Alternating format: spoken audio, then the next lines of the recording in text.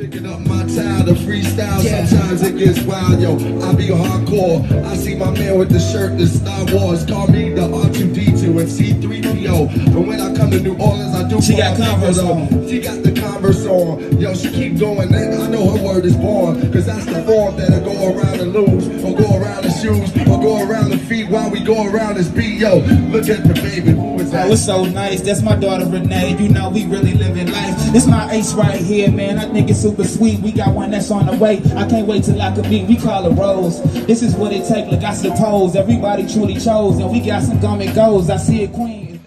So hey everybody, this is Tremaine Jasper with phxsoul.com. I'm hanging out in Tempe. Not gonna say exactly where, but I bumped into the superstar, the man, Ray Wimley. I know you've all seen him in his freestyle with Common at the Essence Festival a few years ago, and just to bump into him, it's a great moment for me. So Ray, great to meet you. Appreciate that. So you're out here in Phoenix now. What exactly are you doing out here now? Man, so my wife had a dream about 3-4 months ago that we need to get out of New Orleans, and I was kind of hesitant at first, but she said it was an intuition. So I was like, okay, we need to make a transition, get our kids in school and stuff like that. So currently, over the last 3 months, I just been getting acclimated to the culture, figuring out where to perform, how to get on, make music, stuff like that. And right now, man, we just in hotels looking for a place to stay. But I'm currently doing music downtown Scottsdale. I've been outside the Footprint Center, State Farm Stadium. I did a couple of videos. And I actually got a chance to go back up to LA and reconnect with Common when I first got out here. So like a lot of things are starting to pick up, just figuring out, you know, how to get housing, make an impact in a new city. I think that's a challenge. Yeah, I know this real estate market is kind of expensive out here, so. Yeah, man. But you know what? I think it's more beneficial because it has perks here that it doesn't have back home in my city. Like, I'm willing to pay the price if it's gonna, like, you know, put my kids in a safer area, as opposed to where I was at. Like, you might get something cheaper, but you know, I'm just thinking for my children. Like, I want them to be in a place where they got, you know, structure and it's a lot more order. And I got to worry about the weather changing as much, other than it being hot. You know what I mean? Right. But as far as the weather, I'm liking the fact that, you know, it's pretty consistent. It's no national disasters. So it's kind of like, you know, pros and cons you got to weigh all the time. Right. So as far as the music industry here in Phoenix, how is that working for you? Is it just a place where you think you can really get on and realize your dreams, or are you going to have to kind of spread your wings and hit other cities in order to kind of make it happen? How's that going for you? Man, I guess it's hard to say about Phoenix in particular because what I do is so different, I guess, than the next artist. Since I street perform, as long as there's people outside and there's foot traffic, I can sustain pretty well. I like that aesthetically it's beautiful, so I can do a lot more things outside and get a lot more videos of high quality because of the sun. And yeah, I met some people, man. I linked up with Futuristic. He's another big time rapper here. We just did a video called Dedication. Shout out to Futuristic. And then Big Dogs, he's another Phoenix native. Well, he's been here 10 years now, but he's basically a Phoenix native. Originally, he just had this idea to approach me about making a street performer famous, and so that happened for me busking outside the Footprint Center. When the Suns was like, I thought they was gonna win a championship. You know, it's crazy, But yeah, it's been picking up, man. I feel like from my personal experience, I've been able to make the transition well. I had to be a lot more structured, but you know, I think at the end of the day, it's about you. What I do miss though, you know, New Orleans, you got the outside busking, the food, the culture. It's more, so it's pros and cons. I don't get the jazz music and live bands as much. But you know, I'm still learning my way around Phoenix, so. So let's talk about that moment with Common. You were freestyling with him in New Orleans. How'd that come about, and what's that done for you since then? Man, so he basically, so 3 years prior, before the moment, was a guy named Sean. And Black, if I say Black or Sean, it's the same person. That name are interchangeable. He saw me performing outside, I was rapping. He said, look, I got this idea. I want to send this video to Common. If he like it, he'll put it on his Instagram. Cool, I just got started at this moment freestyling, street performing. He actually sent it to Common and put it on his Instagram.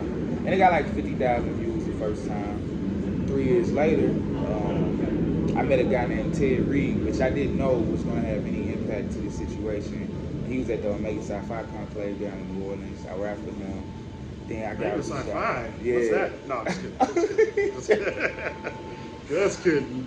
As But, you see, I'm wearing my alpha red.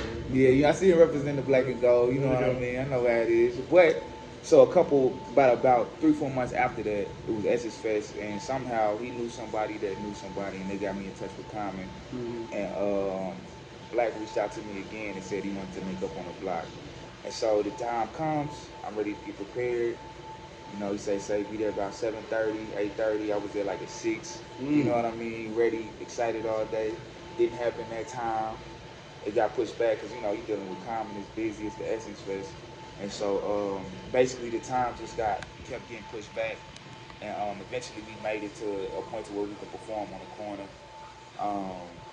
In a full, more detailed story, I actually got an interview that my homie did.